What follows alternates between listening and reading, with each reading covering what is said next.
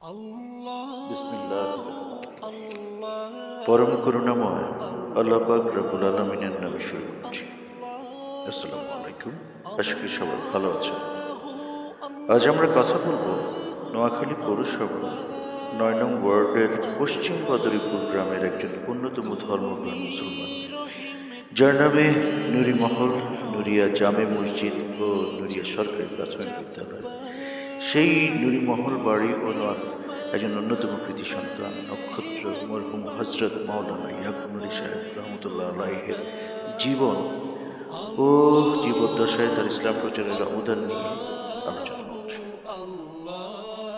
পাশাপাশি প্রতি বছর 10ই ফাল্গুন তার পবিত্র বার্ষিক ওরস উপলক্ষে আমরা শুধুমাত্র উলিয়ে কামেলদের বংশধরগণ নিজেদের অবস্থান থেকে এবং সম্পূর্ণ নিজস্ব অর্থায়নে পবিত্র কোরআন খতম, ওয়াজ, দোয়া, মিলাদ ও মাহফিলের আয়োজন করে থাকি এবং এলাকাবাসী সহ আশেপাশে ও দূর দূরান্ত থেকে আসা প্রত্যেকটি মানুষের জন্য ছোট্ট একটু তবরক দেওয়ার ব্যবস্থা করে থাকি, যা প্রতি বছর নুরি মহল প্রাঙ্গণেই অনুষ্ঠিত হয়।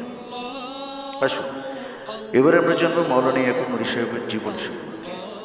হজরত মাওলানা মোহাম্মদ ইয়াকুব নুরি সাহেব রহমতুল্লাহ আলাইহে নোয়াখালী জেলার সোনাপুর অঞ্চলের পশ্চিম বদরপুর গ্রামে জন্মগ্রহণ করেন, আর এখান থেকেই সে সময় ইসলামের আলো ছড়িয়ে দিয়েছিলেন চারদিকে। তার পিতা মাওলানা কমরউদ্দিন ইয়েমেন থেকে ইসলামের খেদমতের উদ্দেশ্যে বাংলাদেশে আসেন। মাওলানা ইয়াকুব নুরি সাহেব শৈশব থেকে আধ্যাত্মিকতার লক্ষণ তার মধ্যে প্রকাশ পায় এবং সেটা প্রকাশ করেছিলেন। তিনি দেওবন্দ মাদ্রাসা থেকে শিক্ষা লাভ করে নোয়াখালীতে ফিরে আসেন এবং ইসলামের প্রচারে নিজেকে আত্মনিয়োগ করেন। তার আধ্যাত্মিক ক্ষমতা ও ঐশ্বরিক নিদর্শনগুলো মানুষের হৃদয়ে গভীরভাবে সে সময় প্রভাব ফেলেছিল। তার একটি অন্যতম মাঝেজা ছিল, তিনি জীবদ্দশায় তার ছেলে মরহুম শামসুল আলম ছেলেবেলায় হঠাৎ করে পুকুরে পড়ে যায়। অবশ্য এই কাহিনীটি শুরু করার আগে বলতে চাই, এটি আমরা তার বিভিন্ন আওলাদদের মুখে শুনেছি যে সেই ছেলে পুকুরে পড়ে গিয়ে একেবারে মৃত্যুর দ্বারপ্রান্তে পৌঁছে গিয়েছিল। সেই সময় ডাক্তার, কবিরাজ দূর দূরান্তেও আসলে এভাবে খুঁজে পাওয়া যেত না। পরিশেষে একজন কবিরাজকে পাওয়া গেলে তিনি এসে প্রাথমিক চিকিৎসা দিলেও সব দিক বিবেচনা করে পরে সেই ছেলেকে মৃত ঘোষণাই করেন। যখন চারিপাশে কান্নার রোল পড়ে যায়, সবাই লাশ দাফন করার প্রস্তুতি নিতে গেলে ইয়াকুব নুরি সাহেব তাৎক্ষণিকভাবে সকলকে নিষেধ করলেন এবং ছেলেকে খাটে শুইয়ে দিলেন এবং সবাইকে সরে যেতে বললেন। তারপর তিনি ছেলের চারিপাশে চা পাতা দিয়ে ভালো করে ঢেকে দিয়ে ছেলের মাথার কাছে বসে পবিত্র কোরআন শরীফ মধুর সুরে তেলাওয়াত করা শুরু করেন এবং একটানা সেটি তিনি 1 সপ্তাহ যাবৎ পড়ে গেলেন। উপস্থিত তার এই অবস্থা দেখে বিচলিত হয়ে পড়েন। কেউ ভাবতে থাকেন হয়তো তিনি ছেলে হারিয়ে শোকে কাতর হয়ে গেছেন, কিন্তু সবাইকে আশ্চর্য করে দিয়ে সপ্তাহ পার করে সম্ভবত কোনো এক শুক্রবার এলে তার ফজরের ওয়াক্তে সম্ভবত তার ছেলে চোখ খোলে। এই ঘটনা তখন দূর দূরান্তে ছড়িয়ে পড়ে এবং পরবর্তীতে এই ঘটনার সত্যতার একটি নিদর্শন আমরা দেখতে পাই মরহুম শামসুল আলম চৌধুরী, যাকে অনেকে সে সময় বাল্বম্যান হিসেবে জানতেন, কারণ সে সময় পেসমেকার সম্বন্ধে কেউই খুব একটা ধারণা কারোরই থাকার কথা, আর হার্ট কিংবা যে কোনো চিকিৎসারই এতটা ব্যাপকতা ছিল না। আর তার হার্ট দুর্বলতার কারণে তাকে দিল্লি থেকে ওই সময় পেসমেকার মেশিন বসিয়ে আনতে হয়, যেটি 20 বছরের সময়সীমা ছিল যার মধ্যে। আর মানুষকে সহজে বোঝানোর জন্য তার আত্মীয় স্বজন, তার সহকর্মী, তার অন্যান্য আত্মীয়রা সকলকে জানিয়েছেন যে তার মুখে একটি বাল্ব বসাতে হয়েছে।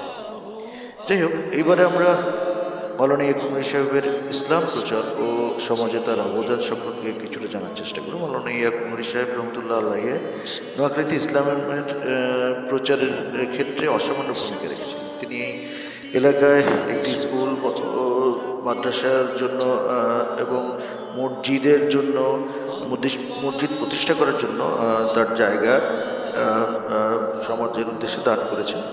শিক্ষা ও ধর্মীয় প্রচারে তিনি এভাবেই গুরুত্বপূর্ণ অবদান রেখে গেছেন। তার স্কুলের জন্য দেওয়া জায়গার উপর স্কুল প্রতিষ্ঠা হওয়ায় এবং তার দেওয়া জায়গার উপর মসজিদ প্রতিষ্ঠা হওয়ায় তখনকার সরকার এবং এলাকার মানুষের তার প্রতি শ্রদ্ধা ও সম্মান রেখে সেই স্কুল ও মসজিদের নাম তার নামে রাখা হয়, যেটি বর্তমানে নুরিয়া প্রাথমিক সরকারি প্রাথমিক বিদ্যালয় হিসেবে পরিচিত এবং অন্যটি নুরিয়া পশ্চিম বদরপুর নুরিয়া জামে মসজিদ হিসেবে পরিচিত।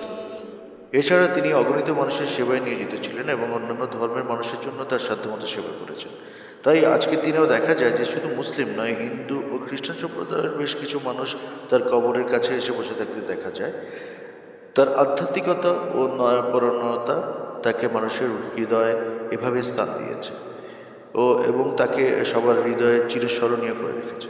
সবশেষে সকলের অবগতির জন্য জানানো যাচ্ছে যে আমরা আগেই বলেছি প্রতি বছর 10ই ফাল্গুন নরিমহল প্রাঙ্গণে মৌলানা ইয়াকুব নূরী সাহেব রহমতুল্লাহ আলাইয়ের বার্ষিক ওরস পালিত হয়। আর এই ওরসে দেশ বিদেশের হাজার হাজার মানুষ অংশ নেয়। এটি শুধু একটি ধর্মীয় অনুষ্ঠান নয়, বরং আধ্যাত্মিকতা, সম্প্রীতি ও ঐক্যের মেলবন্ধন। আসুন আমরা সবাই এই পবিত্র ওরসে অংশ নেই এবং তার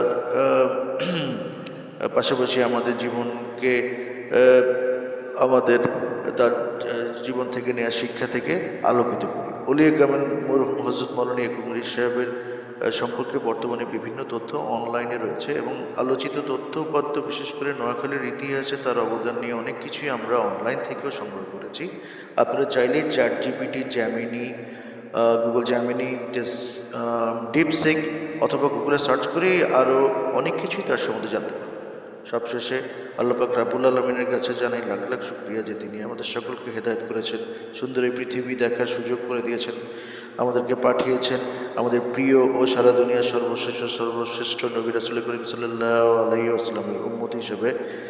আর পাশাপাশি আমাদের এখানে এই নোয়াখালীর মানুষের সেবার জন্য এবং নোয়াখালীর মানুষের মাঝে মৌলানা ইয়াকুব নূরী সাহেব রহমতুল্লাহ আলাইহিকে আমাদের মাঝে পাঠিয়েছেন।